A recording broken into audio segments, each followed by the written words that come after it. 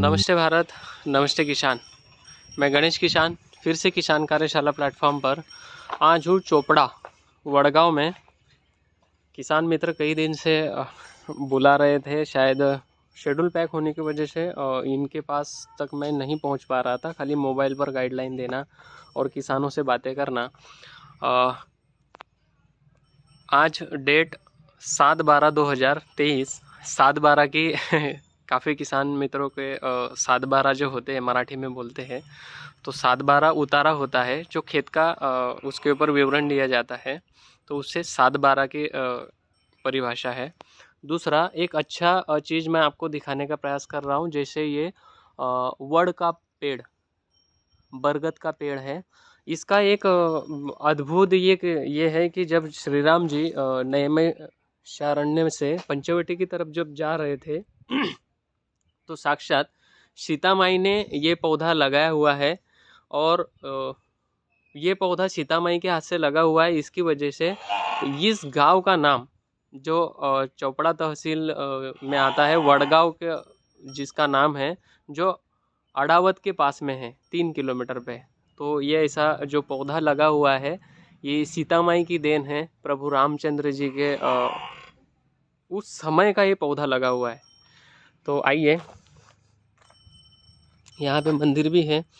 दूसरा, केले में काफ़ी समस्या अभी आ रही है, दिख रही है, और जो अभी पिछले 8 दिन से वातावरण काफ़ी गड़बड़ है, तो पौधे में इन समस्या जो आज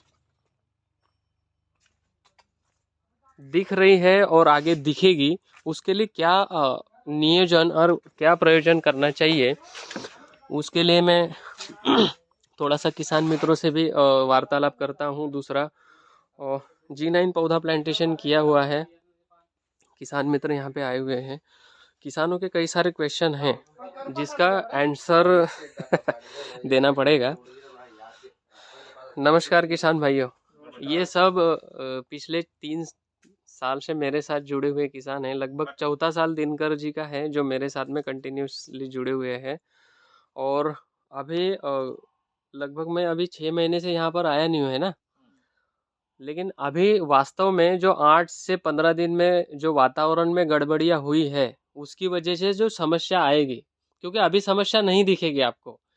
पौधे के बॉडी स्ट्रक्चर के ऊपर, जैसे ऊपर का जो पत्ता निकल रहा है, ये इसका बॉडी स्टोरेज जो इसने आज के 15 दिन पहले लिया हुआ है, ये उसका है।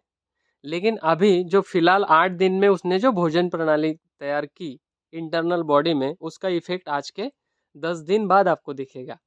तो 10 दिन के बाद जो चीज़ें दिखेगी, वो चीज़ें लेकर आप जाओगे दुकानदार के पास या किसी एग्रोनॉमिस्ट के पास, तब जाके फिर वो आपको दवाइयाँ बताएगा। मतलब तब तक पौधा हाथ से गया हुआ है, बीमार है। तो अभी जैसे बारिश हुई है तो पौधा ट्रेस में जाएगा, क्योंकि 8 दिन से सूरज की रोशनी चाहिए उतनी नहीं मिली हुई है, बराबर। तो सूरज की रोशनी नहीं मिली है, मतलब कि पौधे ने चाहिए उतना भोजन अपटेक नहीं किया हुआ है। तो क्लोरोफिल जो रहेगा आपका उतना नहीं बन पाएगा जितना कि ग्रीनरी होनी चाहिए। इसीलिए आपको जो छोटे पौधे हैं वो रिएक्ट करेंगे, दिखाएंगे कि पीले पत्ते आएंगे। बड़े पौधों में ऊपर से अगर देखोगे तो समझ में आएगा कि ऊपर का पोंगा पीला है। अभी इस अवस्था में करना क्या चाहिए, मेन बात, तो आप लोगों ने पानी बढ़िया चला के रखा हुआ है। जो ठंडी का मौसम आ रहा है, तो ठंडी में पानी चलाओगे तो पौधा सस्टेनेबल रहेगा, क्योंकि गर्माहट जड़ों के पास रहेगी। इतनी चीजें आप लोगों को पता है। दूसरा, कई जगह पे ये होता है, बारिश गिर गई है, ठंडी आ गई है, तो पानी देने की कोई आवश्यकता नहीं है, तो उनके पौधों में चोकिंग की समस्या आती है। चोकिंग मतलब के पत्ते पास पास आ जाना, जो आपके इसमें नहीं है। लगभग लगभग पत्तों में सिमिलर ग्राफ है या गैपिंग है। दूसरा, यहाँ पे इसमें पाउडरी जो है, जो ऑक्सिन्स बोलते हैं इसके, ये पाउडरी भी काफ़ी अच्छी है। तो जैसे पत्ते जाने की जो संख्या है वो काफ़ी कम रहेगी। दूसरा, जितने पत्ते अभी ड्रॉप होंगे उससे ज़्यादा पत्ते फ्लावरिंग आते समय ड्रॉप होंगे। क्यों?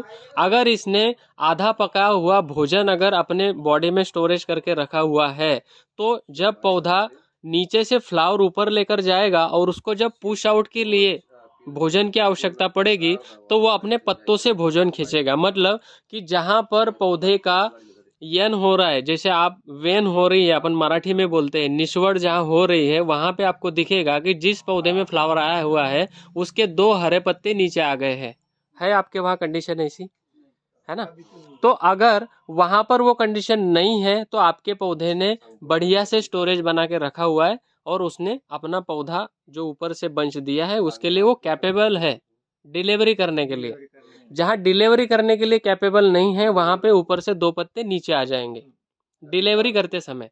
तो अभी मेन बात ये है कि अभी करना क्या चाहिए, थोड़ा पकड़ लीजिए मैं बता देता हूँ। अभी इसमें करना क्या चाहिए, सबसे मेन बात कि अभी इसमें जैसे ही आप पानी चलाओगे, पानी तो चलाया हुआ है, चूने का निवड़ी देना है। 1000 पौधों के लिए 2 किलो कली का चूना। कली का चूना मतलब कि पानी में जिस चूने को डालने के बाद में जो पानी को गर्म कर देता है वो चूना, वो 1000 पौधों के लिए 2 किलो। अभी जैसे मान लीजिए सपोज कि किसी किसान का 3000 पौधा लगा हुआ है, जैसे काका ने मेरे से क्वेश्चन किया था बाहर कि 100 लीटर में 2 किलो तो फिर 3000 पौधे तो हर बार टंकी बनाना, तो ऐसा नहीं करना है। 3000 पौधे में अगर एक बार वाल आपका लग रहा है तो उसमें 3000 पौधों के लिए 6 किलो कली का चूना, 200 लीटर की टंकी में 150 लीटर पानी वो डाल देना है। उसके बाद में कली का चूना डालना है। 10 से 15 मिनट में पूरी टंकी का पानी गर्म कर देगा, उसको उबाल देगा और चूना चूना नीचे चला जाएगा। ऊपर ऊपर का जितना पानी रहेगा वो पानी को वेंचुरी के माध्यम से ड्रिप से छोड़ देना है। नीचे का 10 से 12 लीटर पानी आपके खेत में जहां पर भी आपने जो भी खाद डाला हुआ है, मतलब गोबर खाद, वहां पर उसको डाल देना है। वो देने से पहले खेत की कंडीशन क्या होनी चाहिए, कली का चूना देने से पहले खेत की कंडीशन क्या होनी चाहिए ये भी मायने रखता है। जिस दिन कली का चूना देना है उस दिन कम से कम चूना देने से पहले इतने बड़े प्लॉट में, जैसे ये 6 महीने का प्लॉट है, तो इस प्लॉट में कम से कम पहले 2 से 2.5 घंटे पानी चल जाना चाहिए ताकि जमीन गीला हो जाए। दूसरा, जहां पर अच्छा ताजा पानी, आज का पानी अगर रहेगा तो टॉप रूट जितनी भी रहेगी, पौधे की जितनी टॉप रूट है ये एक्टिव फॉर्म में रहेगी। तो जहां पर चूना जाएगा, जैसे 2 घंटे पानी चलाया, चूना छोड़ दिया, 10 मिनट पानी चलाने के बाद में ड्रिप को बंद कर दिया। ड्रिप को बंद करने का उद्देश्य ये है कि चूने का जितना ऊपर का पानी है वो ऊपर के लेयर में फैल जाएगा। जहां जड़ों की कक्षा है, टॉप जड़ों की जो भोजन उठाने वाली, अभी इससे सेंस जाएगा क्या, आज तक चूना आपने कभी दिया नहीं है। दूसरा, चूना पानी के साथ जब जाएगा तो कहीं ना कहीं जो नई भोजन करने वाली जितनी जड़ें हैं उनको झंझनाहट देगा। अभी झंझनाहट देगा, दूसरे दिन 1 से 1.5 घंटा और ताजा पानी देना है। उसके तीसरे दिन, आज चूना छोड़ा कल छोड़ के तीसरे दिन 1000 पौधों के लिए 100 लीटर पानी में 1 लीटर H2SO4 सल्फ्यूरिक एसिड, ये पर ड्रॉप ड्रॉप ड्रॉप डाल के उसको डाइल्यूशन कर लेना है। जिस दिन सल्फ्यूरिक एसिड ट्रीटमेंट करोगे उस दिन आपके खेत के वहां परिसर का लाइट शेड्यूल कम से कम 6 घंटे लाइट मिलनी चाहिए, ऐसा होना अनिवार्य है। नहीं तो उस दिन नहीं करना है, दूसरे दिन किया चलेगा। क्योंकि पहले 1 घंटा पानी चला लो, उसके बाद में एसिड ट्रीटमेंट कर लो और एसिड ट्रीटमेंट करने के बाद में कम से कम 4 घंटे पानी उसके पीछे जाना चाहिए ताकि ये पूरी लैंड वो कवर कर ले। इससे होगा क्या, क्यों किस लिए हम लोग ये चीजें कर रहे हैं, चूना दिया तो कैल्शियम का स्रोत है। दूसरा, चूना अचानक से जाएगा तो जड़ों में झंझनाहट देगा। तीसरे दिन जैसे ही आप सल्फ्यूरिक एसिड ट्रीटमेंट करोगे तो सल्फ्यूरिक एसिड जब पानी के साथ में जमीन में जब जाएगा तो चूने के ऊपर रिएक्शन करेगा। क्या करेगा, चूने के ऊपर रिएक्शन करेगा तो चूने को जो कैल्शियम स्वरूप में है उसको कैल्शियम सल्फाइड में कन्वर्ट करेगा। किसमें, कैल्शियम सल्फाइड में, जो पौधे का सर्वप्रथम भोजन है। दूसरा, कैल्शियम जब भी पौधे में जाएगा वो पौधे को ट्रेसेबिलिटी से बाहर निकालने का काम करता है, क्योंकि एक ही अच्छा मॉलिक्यूल है वो ट्रेस को निकालने का, वो है कैल्शियम। अभी मार्केट में कैल्शियम नाइट्राइट फॉर्म में अवेलेबल है, अभी हमें सल्फाइड फॉर्म की आवश्यकता है क्योंकि गर्माहट भी चाहिए, ऊपर से ठंडी भी है, तो ठंडी चूना सल्फ्यूरिक, तो कैल्शियम सल्फाइड तैयार हो गया। अभी ये हो गई पौधे को ट्रेस से बाहर निकालने की प्रणाली। दूसरी बात, पौधे के ऊपर करपा, चरका, सिगा टोका, ये चीजें तो आ ही रही है। हर किसान ने कई तरह के स्प्रे कर दिए है, कई तरह के ड्रिप से भी एप्लीकेशन कर दिए हैं। अभी करोगे क्या, ये रुकेगा कैसे? दूसरा, बारिश गई है, बारिश की वजह से जमीन गीली है, ऊपर से थोड़ा सा सनलाइट आएगा तो और ह्यूमिडिटी और ज्यादा बढ़ेगी, मतलब कि ये स्पोरल फंगस और ज्यादा बढ़ेगी। तो इसके लिए करना क्या चाहिए? जैसे एसिड ट्रीटमेंट तीसरे दिन किया, उसके 2 दिन बाद पानी तो केले के पौधे में पर डे देना है, पानी बंद नहीं करना है। खाली एसिड ट्रीटमेंट जिस दिन करोगे उस दिन अगर 6 घंटे पानी चला रहे हो, ज्यादा पानी हुआ है तो उसके दूसरे दिन 20 से 15 मिनट ही पानी चलाना, लेकिन ताजा पानी चलाना है। क्यों? क्योंकि रूट राइजोस्फीयर एक्टिव फॉर्म में होना चाहिए। गलती से आपने अगर 2 दिन पानी बंद करके रखा तो पौधा रूट स्ट्रक्चर नहीं निकालेगा, और पौधा आप जो ट्रेस निकालने के लिए काम कर रहे थे उसके 2 गुना ट्रेस में चला जाएगा। कितना? 2 गुना ट्रेस में चला जाएगा। तो इसीलिए पौधे को ताजा पानी पर डे देना आवश्यक है और अनिवार्य है। अभी सल्फ्यूरिक एसिड ट्रीटमेंट करने के 2 दिन बाद पौधे को ट्रेसेबिलिटी से तो निकाल लिया, लेकिन सस्टेनेबल खड़ा करने के लिए क्या करोगे? जैसे ये फंगल वगैरह जो डिसीज आ रहे हैं इसके लिए। दूसरा, व्हाइट रूट स्ट्रक्चर, जो भोजन खाने वाली जो जड़ें है वो तो आएगी ही, लेकिन उसको एक्टिव करने के लिए करोगे क्या? अगर आपने कुछ नहीं भी दिया तो पौधा अपनी रूट को निकालता ही है। उसके लिए एक 200 लीटर पानी 1000 पौधों के लिए, 200 लीटर पानी में 2 किलो बोल्ड शुगर, जो खड़ी साकर आती है ना अपनी, बोल्ड शुगर, उसमें 200 ग्राम पोटेशियम हुमेट, 98% वाला पोटेशियम हुमेट, और 200 ग्राम कार्बनडिजम मैनकोजेब। कॉन्टेक्ट और सिस्टमेटिक आएगा, पहले पानी, खड़ी साकर, उसके बाद में आपका कॉन्टेक्ट वाला ये सिस्टमेटिक वाला फंगीसाइड, उसके बाद में उसमें आपका पोटेशियम हुमेट। तीनों को एकत्रित करो और इसको ड्रिप एप्लीकेशन से छोड़ दो, ताकि कॉन्टेक्ट और सिस्टमेटिक फंगीसाइड पौधा तुरंत अपटेक कर लेगा, क्योंकि उसकी भूख बढ़ जाएगी।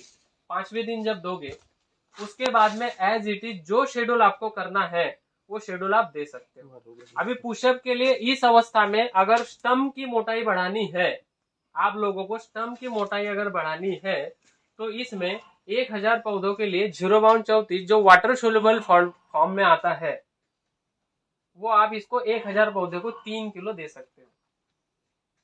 तो पौधे की मोटाई भी बढ़ेगी और पौधा पुशअप भी करेगा। नाइट्रोजन उतनी देने की आवश्यकता नहीं है।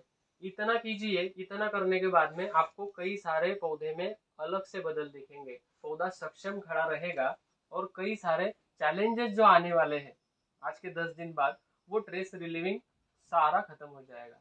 फिर नॉर्मल शेड्यूल जो अमोनियम सल्फेट और पोटैश जो देना है वो देना है। जैसे 1000 पौधों के लिए हमें अगर पोटैश देना है तो 10 किलो पोटैश और उसके आधा अमोनियम सल्फेट, ये कंटिन्यूसली चलने देना है। ये किसी के जेब का बजट होगा तो 5-5 दिन में दे, किसका जेब का बजट थोड़ा कम होगा तो 7-7 दिन में दे। ये कंटिन्यूसली रूटीन में चलने देना है, ठीक है?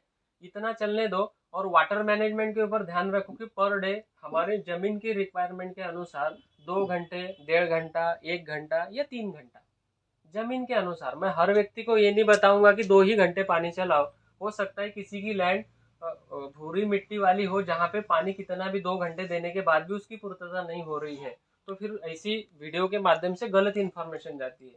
दूसरा, जिसकी ब्लैक सॉइल है उसका तो 1 घंटे में ही भरण पोषण हो जाएगा पानी। तो हर व्यक्ति ने अपना सॉइल स्ट्रक्चर पहचान कर, फिर पौधे का बॉडी स्ट्रक्चर, आपका ग्राफ, ये चीजों को देखकर फिर आपको वाटर मैनेजमेंट करना है। बाकी शेड्यूल मैंने आपको लगभग मैंने जो एप्लीकेशन किया हुआ है पिछले 4 साल से, मेरे साथ में भी किसान जुड़े हुए हैं, खुद इन्होंने भी ट्रायल लिए हुए हैं, तो रिजल्ट है ना, इसके ऊपर ध्यान रखिए। दूसरा, अभी ये जो पत्ते साइड में गिर रहे हैं इसको कृपा करके कट मत कीजिए, है उस अवस्था में रहने दीजिए, क्योंकि अभी ठंडी की लाट आएगी।